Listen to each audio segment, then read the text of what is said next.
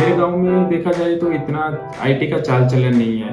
अगर आप किसी भी इंसान से ज़्यादा पूछेंगे कि यार सॉफ्टवेयर इंजीनियर कौन होता है, क्या काम होता है, तो उनको ज़्यादा आइडिया नहीं होगा।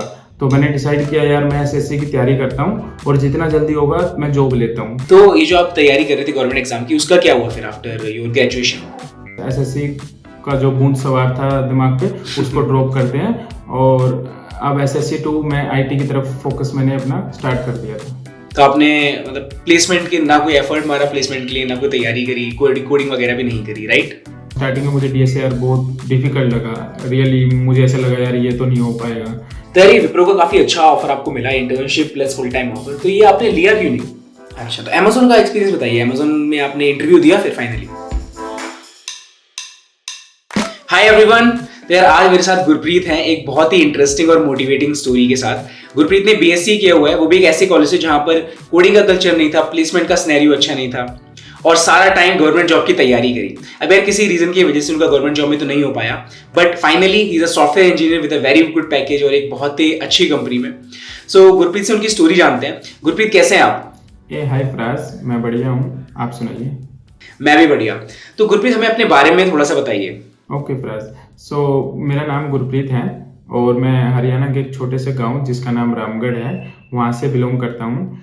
और मेरे गांव में देखा जाए तो इतना आईटी का चाल चलन नहीं है। अगर आप किसी भी इंसान से ज़्यादा पूछेंगे कि यार सॉफ्टवेयर इंजीनियर कौन होता है, क्या काम होता है, तो उनको ज़्यादा आइडिया नहीं होगा। हाँ, as compared to IT sector हमारे गांव में गवर्नमेंट जॉब्स की ज़्यादा प्रेफरेंस किया जाता है। हमारे यहाँ बहुत अच्छा माना जाता है यार, देखो कि आप गवर्नमेंट जॉब कोई एज ए गवर्नमेंट सर्वेंट है as compared to IT sector. और अभी मैं फ्राज एसटी माइक्रो इलेक्ट्रॉनिक्स में एज ए सॉफ्टवेयर इंजीनियर काम कर रहा हूँ जो कि ग्रेटर नोएडा में है। बढ़िया बढ़िया। चलिए, तो आपसे आपकी पूरी जर्नी पूछते हैं। हम लोग ना स्टार्ट करेंगे आपके 12th क्लास से। अब 12th के बाद कंप्यूटर, अगर किसी के पास साइंस है तो उसके पास काफी सारे ऑप्शंस होते हैं। बीटेक का ऑप्शन है, बीएससी का ऑप्शन है, बीसीए का ऑप्शन है। तो आपने बीएससी क्यों चूज किया? हाँ फराज, फराज क्या हुआ था कि मैं पहले, मेरा ड्रीम जो था बाहर जाने का था और मैंने डिसाइड किया था यार मैं अभी आफ्टर 12th मैं ऑस्ट्रेलिया जाना चाहता हूँ। और ये बात मैंने फराज देखा अपने पिताजी से डिस्कस की थी। तो मेरे पिताजी ने मुझे आज तक बचपन से ही बहुत ज़्यादा सपोर्ट किया है। तो उन्होंने बोला था ठीक है अगर आपको ऑस्ट्रेलिया जाना है तो ठीक है जाइए। तो उन्होंने बोला जो मुझसे हो पाएगा मैं करूँगा। तो फराज मैंने क्या किया था कि आफ्टर 12th मैंने आइल्स का एग्ज़ाम दिया था जो कि आपको देना पड़ता है क्योंकि विदाउट आइल्स एग्ज़ाम आप बाहर नहीं जा सकते। तो मैंने एग्ज़ाम दिया, सब कुछ तैयार हो गया था, एवरीथिंग इज़ रेडी। बस जाने से कुछ दिन पहले ही मेरी फैमिली में क्या है कि मेरी 3 बहनें हैं और मैं सबसे छोटा भाई हूँ। और छोटा भाई होने के कारण आपको बहुत ज़्यादा केयर मिलती है और आप सबके प्यारे भी होते हो। तो यही रीजन था कि मेरी फैमिली में माता जी और बहनों ने मुझे नहीं जाने दिया। सो इट्स ओके, मैंने एट द फाइनल मोमेंट क्या किया, जो प्लान था ऑस्ट्रेलिया जाने का वो कैंसिल किया। और आफ्टर दैट जैसे ही मैंने वो प्लान कैंसिल किया तो अब मैंने डिसाइड करना था यार जिंदगी में क्या करना है। तो पिताजी से मैंने फिर डिस्कस किया कि यार मैं क्या करूं। तो पिताजी ने यही बोला था यार जो तुझे अच्छा लगता है वो कर, दूसरे को मत सुन। तो मैंने सोचा कि क्यों ना मैं गवर्नमेंट जॉब की तैयारी करूं क्योंकि हमारे क्या है कि बेल्ट की जॉब को बहुत अच्छा माना जाता है। तो मैंने डिसाइड किया यार मैं एसएससी की तैयारी करता हूं और जितना जल्दी होगा मैं जॉब लेता हूं। तो मेरे पास 2 ऑप्शन थे क्योंकि मैंने साइंस से 12th किया था। तो फर्स्ट ऑप्शन ये था यार बीटेक करता हूँ, सेकंड ऑप्शन था यार बीएससी करता हूँ। अब फिर आज देखो डिसाइड किस बेसिस पे करेंगे कि आपको एंड गोल क्या है। मेरा एंड गोल क्या था कि मुझे अब गवर्नमेंट जॉब में जाना है जितना जल्दी हो सके। और उसी वजह से मैंने बीएससी को ज़्यादा प्रेफरेंस दिया एज कम्पेयर टू बीटेक, क्योंकि बीटेक में आपको 4 ईयर लगता है और बीएससी में 3 इयर्स। तो मैंने सोचा कि यार बीएससी करते हैं और साइड बाय साइड एसएससी की प्रिपरेशन करते हैं। तो फ्राज मैंने ऐसे करके साइड बाय साइड एसएससी की प्रिपरेशन स्टार्ट की थी। समझ गया मैं। कई बार हमारे पास सिचुएशंस ऐसी होती हैं कि हमने कुछ डिसीजन लिया और हमारे मम्मी पापा को वो डिसीजन पसंद नहीं आया, तो हमें कई बार वो ड्रॉप करने पड़ते हैं बिकॉज उनकी भी हमारी लाइफ में बहुत ज़्यादा इंपॉर्टेंस है, और जैसा कि आपने भी किया। सो अब आपके पास 2 ऑप्शन थे जैसा आपने बताया, एंड आपका मकसद ये था कि जल्दी से जल्दी ग्रेजुएशन हो जाए और आपने जो एसएससी की तैयारी आप करेंगे उसके साथ साथ आप उसका एग्जाम दे पाए, राइट? ये आपका रीजन था। यस फराज। ग्रेट ग्रेट, ठीक है। तो बीएससी में आपने बीएससी कंप्यूटर साइंस चूज किया था, राइट? तो बीएससी में आपके बहुत सारे ऑप्शंस होते हैं, कंप्यूटर साइंस क्यों चूज किया आपने? क्योंकि मैं बचपन से ही थोड़ा सा कंप्यूटर के टच में था, तो मुझे लगा यार ये फील्ड मेरे लिए अच्छी रहेगी। बाकी उसके पीछे कोई अच्छा। ज़्यादा रीज़न नहीं था मैं बोलूँ कि हाँ मैं पीसीएम से बीएससी कर सकता था, बट एट दैट टाइम मुझे ये ऑप्शन मिल रहा था तो मैंने ले लिया, क्योंकि मेरा फोकस ज़्यादा उस साइड नहीं था at the time of beginning. मेरा फोकस यही था कि यार जल्दी से ग्रेजुएशन करना है और गवर्नमेंट जॉब की अच्छी जॉब लेनी है और अपने माता पिता को प्राउड फील कराना है। तो जब आपने कॉलेज में एंटर किया, क्योंकि ब्रांच कंप्यूटर साइंस है, तो क्या आपके कॉलेज में कोडिंग का कल्चर था? ऐसे लोग आपस में बैठ के कॉन्टेस्ट वगैरह दे रहे हों या हैकाथॉन्स दे रहे हों, खुद से कोडिंग कर रहे हो, ऐसा कुछ कल्चर था क्या? नहीं फराज, अगर देखा जाए तो ऐसा कोई कल्चर नहीं था। हमारे यहाँ बिल्कुल सिलेबस को कवर किया जाता था और मैक्सिमम सिलेबस फोकस पे ही करिकुलम था, और मैक्सिमम जो बच्चे भी ज्वाइन किए हुए थे उनको भी बेसिकली गवर्नमेंट जॉब में ही लगना था, तो वो आए हुए थे। बट कुछ थे मतलब कि हाँ थोड़ा बहुत कभी कभार वो पढ़ते थे, बट मैं इस चीज़ के बिल्कुल टच में नहीं था। मेरा फोकस सिर्फ एसएससी था। ठीक है, ठीक है। और प्लेसमेंट का क्या सिनेरियो था कॉलेज का? कंपनीज आती थी वहां पर? नहीं, प्लेसमेंट का सिनेरियो बहुत अच्छा नहीं था। कंपनियां कुछ आती थी और वो ज़्यादा आपको हाई पैकेज नहीं देती थी। मिनिमम आपको 1.5 और मैक्सिमम आपको 3 to 3.5 इतना ही ऑफर किया जाता था, जो कि अगर कोई सॉफ्टवेयर इंजीनियर बनना चाहेगा तो मुझे लगता है कि हाँ इतना कम वो चूज नहीं करेगा, बट इतना अच्छा नहीं था। और मेरे अच्छा, केस तो में तो वो बेसिकली भी नहीं TCS। था, क्योंकि लॉकडाउन लग गया था तो मैं वो भी अच्छा। नहीं ले पाया। अच्छा, तो आपके टाइम पे कंपनीज ही नहीं आई थी? हाँ, क्योंकि लॉकडाउन हो गया था तो उस वजह से कोई कंपनी भी इतना आई नहीं। ठीक है, ठीक है। तो TCS वगैरह आती थी companies, TCS, Wipro, Tech Mahindra, ये सब? हाँ, मतलब ऐसा नहीं बोल सकते कि एवरी ईयर आती थी, बट 1-2 ईयर्स में 3 या 4 ईयर में कभी कभार आ जाती थी। अगर आपको अच्छा। टीसीएस या विप्रो तक इंटरव्यू देना चाहते थे तो आप किसी से रेफरल ले सकते थे। समझ कुछ गया, टीचर्स समझ थे, गया। उनके लिंक अच्छे थे तो वो आपको रेफरल प्रोवाइड कर देते थे। ठीक है। तो जैसे आपने कॉलेज में एंट्री करी, आपने तैयारी स्टार्ट कर दी थी अपनी एसएससी सीजीएल की? हाँ, मैंने कॉलेज इनफैक्ट स्टार्ट होने से पहले ही 1-2 महीना पहले ही मैंने कोचिंग स्टार्ट कर दी थी और मैंने अपना फोकस बिल्कुल एसएससी की तरफ कर दिया था। तो आपने मतलब प्लेसमेंट के ना कोई एफर्ट मारा प्लेसमेंट के लिए, ना कोई तैयारी करी, कोडिंग वगैरह भी नहीं करी, राइट? नहीं, हाँ राइट, मैंने बिल्कुल कोई फोकस ही नहीं था उस साइड। तो मैंने सिर्फ यही डिसाइड किया सिलेबस फोकस करते हैं और एग्जाम देते हैं, क्लियर करते हैं और एसएससी को अपना मेन मोटिव रखते हैं। तो आफ्टर कॉलेज, जैसे कि आपने बताया कि कंपनीज आई नहीं और आपने तैयारी भी नहीं करी थी, तो प्लेसमेंट भी नहीं हुई, तो ये जो आप तैयारी कर रहे थे गवर्नमेंट एग्जाम की, उसका क्या हुआ फिर आफ्टर योर ग्रेजुएशन?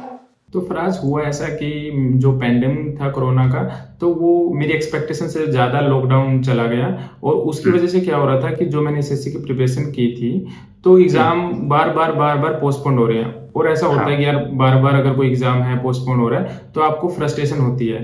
तो उस टाइम में अब बार बार पोस्टपोन हो रहा है, मुझे ये भी आइडिया नहीं है फराज कि हाँ यार कितने टाइम तक अब पोस्टपोन होगा, क्या कभी फाइनल कोरोना रुक भी पाएगा। तो मैंने डिसाइड किया यार क्यों ना पापा से बात करके देखते हैं, कम से कम कोई ना कोई तो सोल्यूशन निकलेगा। तो बिल्कुल। पिताजी ने, एक मेरे भाई हैं वो सॉफ्टवेयर इंजीनियर हैं, तो उनके बारे में मुझे बताया यार ऐसे ऐसे करके भाई तुम्हारे लगे हुए हैं, वो रिमोट जॉब कर रहे हैं और आईटी भी अच्छा सेक्टर है, ऐसा नहीं। हाँ, उन्होंने ये भी बताया कि हाँ ठीक है गवर्नमेंट अच्छा है बट ठीक है आईटी भी इतना बुरा नहीं है।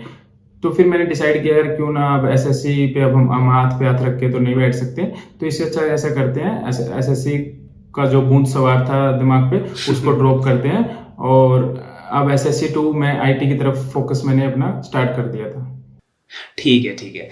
तो यार अभी पहली बार था कि आप आईटी की तरफ फोकस कर रहे हो, तो आप कॉलेज से बाहर भी आ चुके हो, सीनियर भी नहीं है कोई गाइड करने के लिए, तो आपने एक्सप्लोरेशन कैसे स्टार्ट करी, ऑप्शंस कैसे कैसे देखे आपने कि ये भी ऑप्शंस होते हैं? तो फराज स्टार्टिंग में तो यार कोई आइडिया नहीं था, बट मैंने क्या किया यार चलो कुछ ना कुछ नेट से सर्च मार के देखते हैं, कुछ तो निकल के आएगा। तो मुझे फ्रंट एंड डेवलपर और बैक एंड डेवलपर के बारे में थोड़ा थोड़ा पता लगा और मैंने थोड़ा सा ये सर्च किया यार हाँ फ्रंट एंड डेवलपर कौन कैसे बना जा सकते हैं। तो ये सब मैंने कुछ यूट्यूब से देख के और कुछ गूगल पे सर्च मार के कुछ कुछ डिसाइड किया था। अच्छा, फ्रंट एंड के लिए आपको क्या क्या पता चला कि क्या क्या पढ़ना पड़ेगा फ्रंट एंड के लिए? उस टाइम में मुझे पता लगा यार फ्रंट एंड में आपको जैसे यूआई डिजाइन करना पड़ता है, तो आपको HTML CSS और जावास्क्रिप्ट अगर आपको आती हो और अगर आप थोड़ा सा अच्छे से सीख पाएं और कुछ प्रोजेक्ट बना पाएं उससे रिलेटेड, तो आपको जॉब मिल सकती है as a front end developer. Got it. तो आपने ये तैयारी करना कहाँ से स्टार्ट करी, रिसोर्सेज वगैरह के बारे में आपको कैसे पता चला? स्टार्टिंग में तो फ्राज मैंने यूट्यूब से डायरेक्टली, जैसे कि अगर HTML के बारे में मुझे सीखना है तो HTML को सर्च किया, ऐसे कर करके मैं थोड़ा थोड़ा सीखता गया। HTML, यूट्यूब, सब कुछ मैंने यूट्यूब से सीखा है, HTML, CSS और जावास्क्रिप्ट। और जैसे प्लेलिस्ट। मेरा जावास्क्रिप्ट थोड़ा सा, हाँ, प्ले लिस्ट से जैसे ट्यूटोरियल्स आते हैं, हम्म।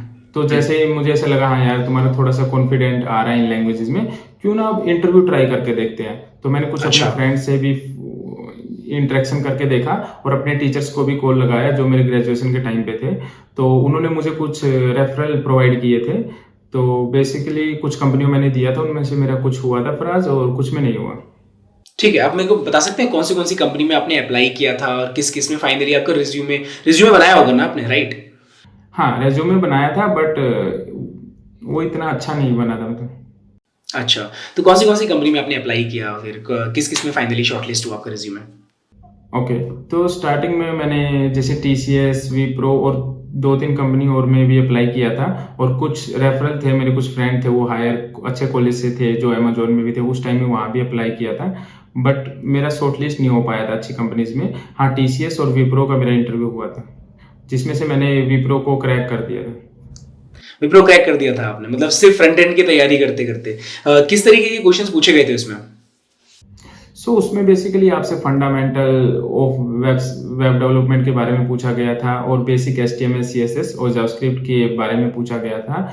और उन्होंने मुझे फुल टाइम ना हायर करके उन्होंने मुझे ऑफर किया था कि यार आप एज ए इंटर्न हायर कर सकते हैं हमको, जो अराउंड 2 LP के अराउंड उन्होंने मुझे पैकेज भी ऑफर किया था। आफ्टर दैट उन्होंने बोला कि आफ्टर 6 मंथ ऑफ इंटर्न हम आपको फुल टाइम कर लेंगे, उसके लिए उन्होंने 3.6 LP बोला था मुझे।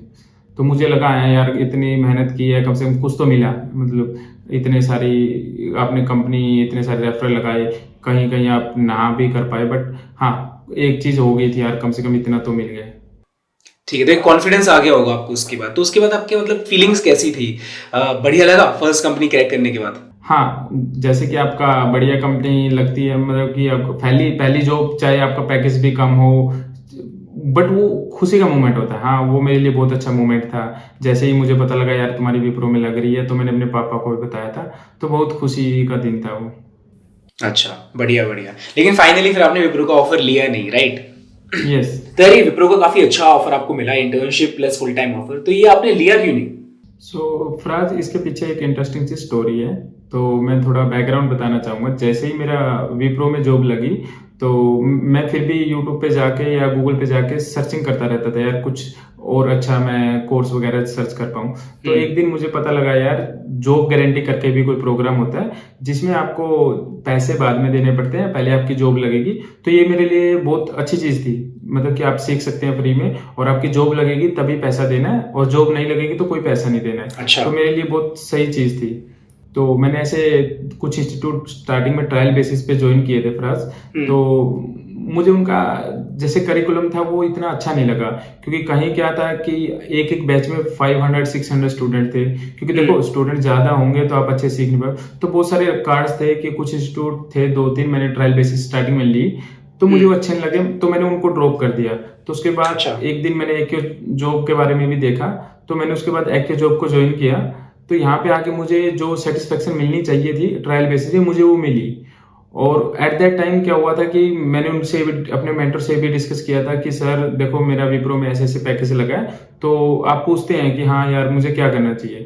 तो मेरे टीचर्स ने, मेरे मेंटर्स ने, जैसे कि मेरे बैच मैनेजर थे जो शांतनु सर थे, तो मैंने उनसे डिस्कस किया यार मैं क्या करूं। तो उन्होंने यार ऐसे ही बोला कि गुरप्रीत तुमको इससे अच्छा पैकेज मिल सकता है, तुम खामखाई फालतू में एक पैकेज ज्वाइन कर लोगे, और तुम्हारा फोकस फिर यार देखो, अगर पहली कंपनी आपको इतना ज्यादा नॉलेज भी नहीं है, वहां पे सीखने में टाइम लगेगा, राइट? तो इससे अच्छा यार तुम अपना फोकस हटा के, अभी तुम अच्छा सीख रहे हो और मुझे तुम पर कॉन्फिडेंस है यार, हाँ तुम कुछ कर पाओगे। तो उनके इसी कॉन्फिडेंस की वजह से मैंने सोचा यार हाँ ठीक है, फाइनली विप्रो को ऑफर ड्रॉप करते हैं।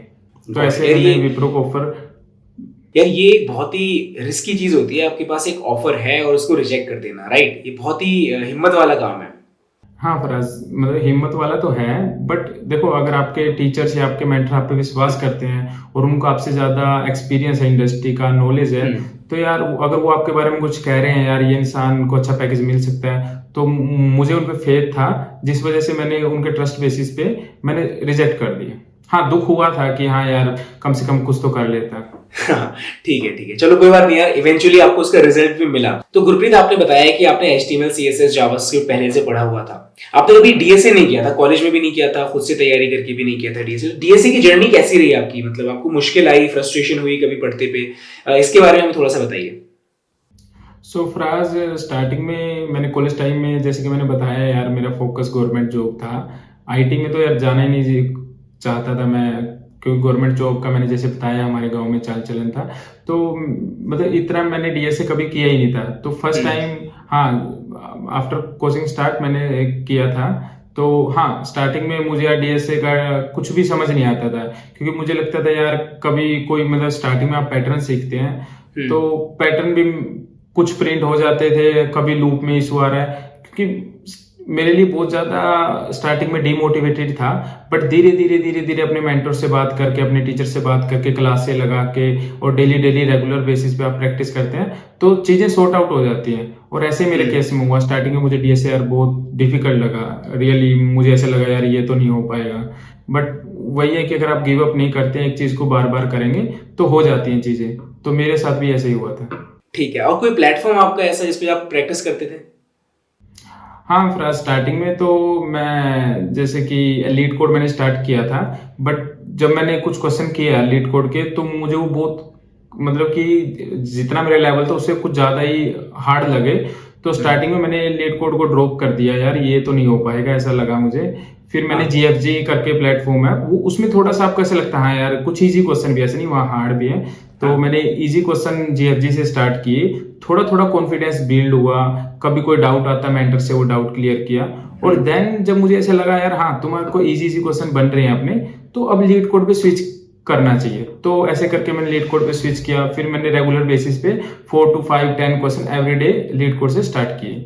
और धीरे धीरे कर करके जैसे जैसे ज्यादा ज्यादा मैं क्वेश्चन करता जा रहा था तो मेरा कॉन्फिडेंस उतना अच्छा होता जा रहा था। तो यार वेरीफोन का हमें थोड़ा सा इंटरव्यू एक्सपीरियंस बताइए आप, वहां पर किस किस तरीके के क्वेश्चंस पूछे गए, कितने राउंड्स थे, कितना मुश्किल था इंटरव्यू?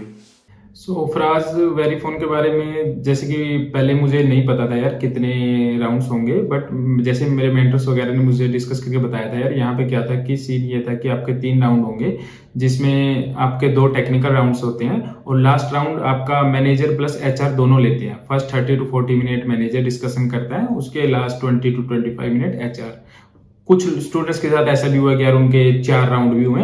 कई बार ऐसा होता है कि उनको डाउट होता है यार क्या हम इसको सिलेक्ट करें, ऐसा नहीं। तो 3 to 4 राउंड हम लगा के चल सकते हैं। तो मेरे केस में 3 राउंड्स थे। तो पहला राउंड टेक्निकल राउंड था, प्योरली टेक्निकल राउंड। सो उसमें प्योरली मुझे डीएसए क्वेश्चन पूछा गया, ज्यादा मुझे प्रोजेक्ट और रेज्यूमे बेस्ड क्वेश्चन कुछ नहीं पूछा गया। बट हाँ, जैसे मेरा सेकंड राउंड आया तो वहां पे मुझे प्रोजेक्ट बेस्ड जो मैंने प्रोजेक्ट बनाए हुए थे, मेंशन किए हुए थे अपने रेज्यूमे, उनसे रिलेटेड ज्यादा क्वेश्चन थे एज कम्पेयर टू डीएसए। सो ऐसे कर करके मैंने फर्स्ट और सेकंड राउंड भी क्लियर कर दिया था। और थर्ड राउंड में, मैनेजर राउंड में, मुझसे कुछ टेक्निकल इतना ज्यादा नहीं पूछा गया। बस उन्होंने मेरे बारे में पूछा गया, आप कहाँ से हो, क्या हो, आप क्या मतलब ज्यादातर मेरे से रिलेटेड था। और उन्होंने अपने वर्क के बारे में बताया, यहाँ क्या काम होता है, क्या तुम कर पाओगे, इस टाइप से कुछ क्वेश्चन होते हैं HR के। तो वो सब मैंने अपने जितने मेरे को अच्छा लगा तो मैंने उस हिसाब से जवाब दिया था। और फाइनली मेरा वेरीफोन में हो गया था। Got it. आपको उसी दिन पता चल गया था कि आपका सिलेक्शन हो गया? नहीं, फाइनल राउंड जब थर्ड राउंड हुआ था मैनेजर प्लस HR, मेरे को पता नहीं लगा था। बट मुझे ऐसा लगा था यार देखो आपका राउंड अच्छे गए हैं, जो जो आपसे क्वेश्चन पूछे गए आपने जेन्युइनली उनका आंसर दिया है, तो होने के चांसेस ज्यादा हैं।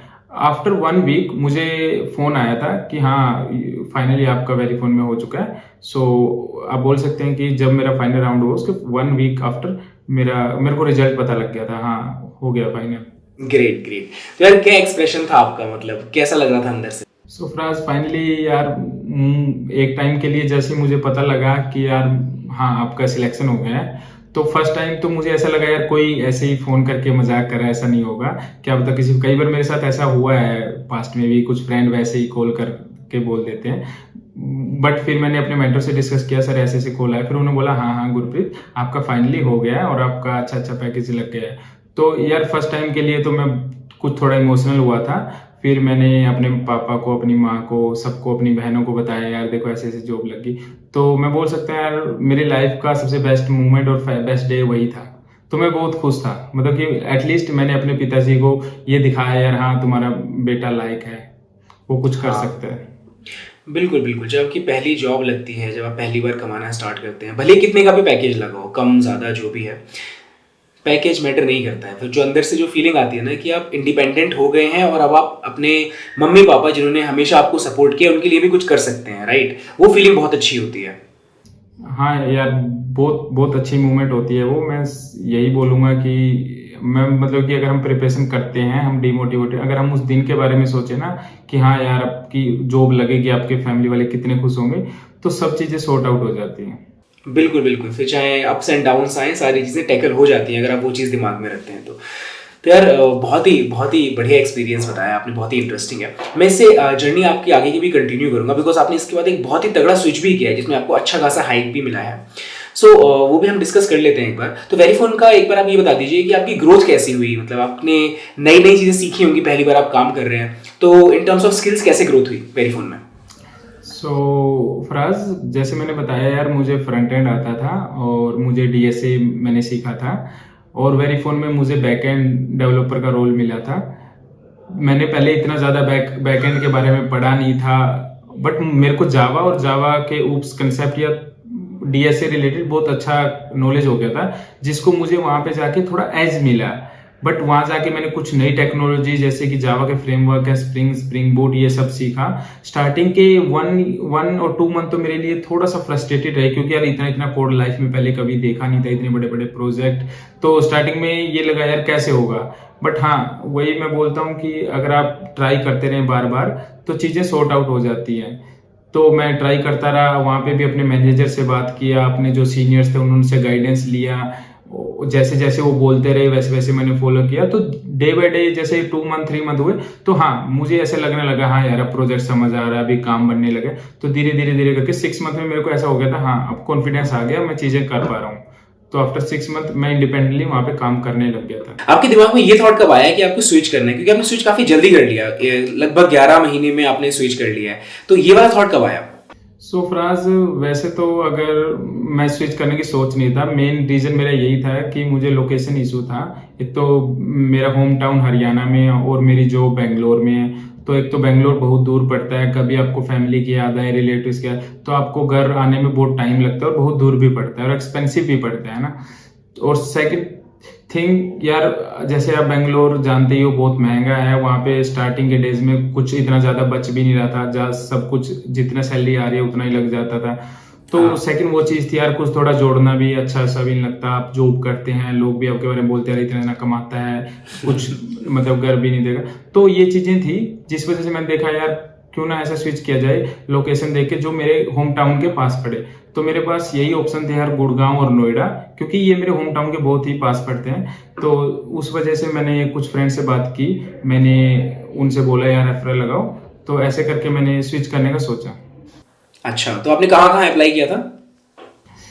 फ्राज, मैंने बेसिकली 2 जगह अप्लाई किया था, एक अमेजोन में और एक एसटी माइक्रो इलेक्ट्रॉनिक्स में। अच्छा, तो अमेज़न का एक्सपीरियंस बताइए। अमेज़न में आपने इंटरव्यू दिया फिर फाइनली? हाँ, अमेजोन में मेरा एक फ्रेंड है, तो उसने मेरा रेफरल लगवाया था, तो मैंने अमेजोन में इंटरव्यू दिए हैं। मेरे फर्स्ट 2 राउंड क्लियर हो चुके थे। आफ्टर दैट थर्ड राउंड से का रिजल्ट आते टाइम मेरे को एक मेल आ गया था अमेजोन से, क्योंकि पेंडेमिक ने हर चीज़ों को बहुत ज़्यादा हिट किया, तो अमेजोन ने भी ले ऑफ स्टार्ट हो गया था उसकी वजह से। तो इस वजह से उन्होंने अपनी हायरिंग को सीज कर दिया था। तो मुझे उनको मेल आया था कि यार नहीं, हम आगे नहीं बढ़ रहे हैं, तो क्योंकि हम सारी हायरिंग को हमको सीज कर रहे हैं। तो ऐसा रहा है मेरा अमेजोन का experience. Got it, got it. तो बेसिकली उन्होंने रिसेशन की वजह से हायरिंग फ्रीज कर दी थी उस टाइम पे, राइट? हाँ हाँ, ये ठीक है। तो उसके बाद फिर आपका एसटी माइक्रो इलेक्ट्रॉनिक्स में भी शॉर्टलिस्टिंग हुई थी, उसका एक्सपीरियंस हमें थोड़ा सा बताइए। एसटी माइक्रो इलेक्ट्रॉनिक्स में फ्राज क्या था कि आपको 5 राउंड देने पड़ते हैं, और फर्स्ट 3 राउंड आपके टेक्निकल होते हैं, जिसमें आपको जो आपने पीछे क्या किया है और डीएसए से रिलेटेड क्वेश्चन पूछे जाते हैं। और आफ्टर 3 टेक्निकल राउंड आपका मैनेजर राउंड होता है, जो कि आपका मैनेजर से आपकी डिस्कशन होती है 1-to-1। After that last round मेरा एचआर राउंड था। मेरी जो हायरिंग थी बहुत स्मूथ गई थी, और इसमें राउंड 1 मंथ लग गया था, क्योंकि राउंड भी बहुत ज़्यादा थे। ठीक है, ठीक है। तो जैसा कि आपने बताया कि इसमें जो टेक्निकल राउंड्स थे, जिसमें इंक्लूडिंग डीएसए प्रोजेक्ट वगैरह का भी थोड़ा बहुत डिस्कशन था, तो डीएसए जो होता है ना, लोग यूजुअली छोड़ देते हैं जॉब लगने के बाद। आपकी जब इसमें जॉब लगी थी तो लाइक फर्स्ट जॉब के बाद आपने डीएसए छोड़ा नहीं था? नहीं फिराज, मैंने डीएसए नहीं छोड़ा था क्योंकि उस टाइम में मुझे बेसिक डीएसए आ गया था और मुझे ऐसा लगा यार अगर अभी छोड़ दूंगा तो जितना गेन किया वो सब लूज हो जाएगा। तो मैंने सोचा कि नहीं, ऐसा नहीं करना चाहिए कि मैं जॉब भी करता हूँ साइड बाय साइड डीएसए। हाँ, स्टार्टिंग के 1-2 मंथ जब मैंने कंपनी ज्वाइन किया, मुझ पे प्रेशर था सीखने का, तो उस टाइम में हाँ मैंने ड्रॉप कर दिया था। आफ्टर दैट मैंने दोबारा से डीएसए को स्टार्ट रखा साइड बाय साइड। और जब मेरे को ऐसा पता लगा यार तुमको ऐसे राउंड देने हैं 1 मंथ बिफोर, तो मैंने उस टाइम अपनी प्रिपरेशन थोड़ी ज्यादा कर दी। तो मैं डीएसए को बहुत ज्यादा टाइम देने लग गया, daily 3 to 4 hours after job. Great great यार, बहुत ही इंटरेस्टिंग स्टोरी रही है आपकी, बहुत ही इंस्पिरेशनल भी है। और यूजुअली क्या होता है, लोग छोड़ देते हैं डीएसए के टाइम, मतलब मुझे पता है बहुत सारे लोग अच्छी अच्छी कंपनीज ज्वाइन करने के बाद छोड़ देते हैं, लेकिन ऑल ऑफ अ सडन जब स्विच करने की बारी आती है तो सारा कुछ दोबारा से रिवाइज करना होता है। इट्स अ गुड थिंग कि आप टच में रहे इसके, एंड इसने आपको काफी बेनिफिट भी दिया है इस चीज ने, राइट? आपको स्क्रैच से स्टार्ट नहीं करना पड़ा उसके बाद। यस, क्योंकि अगर आप चीज को छोड़ देंगे, आपको उस चीज की प्रैक्टिस है, अगर एक बार छोड़ दिया तो आपको दोबारा से स्क्रैच से करना, जिसमें टाइम कंज्यूमिंग बहुत ज्यादा है, तो फिर आप कॉन्फिडेंस जितना आपको डीएसए में आता है वो सब लूज हो जाता है। तो बेटर है कि आप ज्यादा क्वेश्चन नहीं कर पाए, at least 1 question 2 question per day अगर आप टच में रहते हैं, तो मुझे लगता है यार जब इंटरव्यू आएगा स्विच करने का इंसान सोचेगा तो उसको इसका एज मिलेगा। हाँ, डेफिनेटली डेफिनेटली। तो यार गुरप्रीत, बहुत ही बढ़िया स्टोरी थी, मुझे बहुत ही मजा आया आपसे बात करके। आई गेस सभी लोगों को यहाँ पर हेल्प भी मिली होगी आपकी जर्नी से। सो जाते जाते आप कुछ बोलना चाहेंगे हमारे स्टूडेंट्स के लिए? हाँ फराज, मैं उनको बोलना चाहूँगा यार देखो, मुश्किलें हर इंसान को आती हैं और डिफ़िकल्टी नहीं होंगी तो लाइफ किस चीज़ का नाम है। तो डिफ़िकल्टीज तो बिल्कुल आएंगी, बट मैं यही बोलना चाहूँगा यार कभी भी डरना नहीं है, कभी भी चीज़ों को छोड़ के मत भागना। हमेशा ये याद रखना यार वाई हमने क्यों स्टार्ट किया था। जैसे मेरे केस में वाई कौन था, मेरे पापा थे जिनकी वजह से मैंने स्टार्ट किया था। तो हमेशा कभी भी डिमोटिवेट फील हो या कुछ भी ऐसा हो, तो जो आपने वाई सोचा था यार क्यों करना है, जैसे मुझे अपने पापा के लिए करना था, तो आप उनसे जाके बात कर सकते हैं। लेकिन चीज़ों को छोड़ के उनका हल नहीं होगा। आप क्या कर सकते हैं, आप उनसे लड़ते रहिए। आखिरी टाइम तो ऐसा एक टाइम तो आएगा ना जब आप उसको अचीव कर पाएंगे। जैसे मेरे को स्टार्टिंग में कुछ नहीं पता था सॉफ्टवेयर इंजीनियर के बारे में, मैंने सर्च किया, कुछ तो पता लगा, कुछ मैंने सीखा, बट फिर भी अच्छा नहीं हुआ। मैंने कई इंस्टीट्यूट ज्वाइन किया, वहां से सीखा, तो धीरे धीरे चीजें सॉर्ट आउट होती जाती हैं। ये लाइफ है। तो आप कभी भी लाइफ में ऐसा मत सोचना यार जैसा मैं चाहता हूँ ऐसा ही हो। मेरे केस में देखो, मैं बाहर जाना चाहता था, नहीं जा पाया।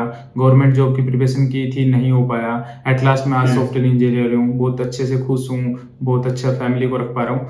तो आपके केस में भी ऐसा ही होगा, सबकी लाइफ में अप डाउन आते हैं। तो मेरा यही है कि यार लगे रहो, मतलब कि जब तक शरीर में जान है तो मतलब अपनी पूरी मेहनत दो और अपने फैमिली के साथ खुश रहो।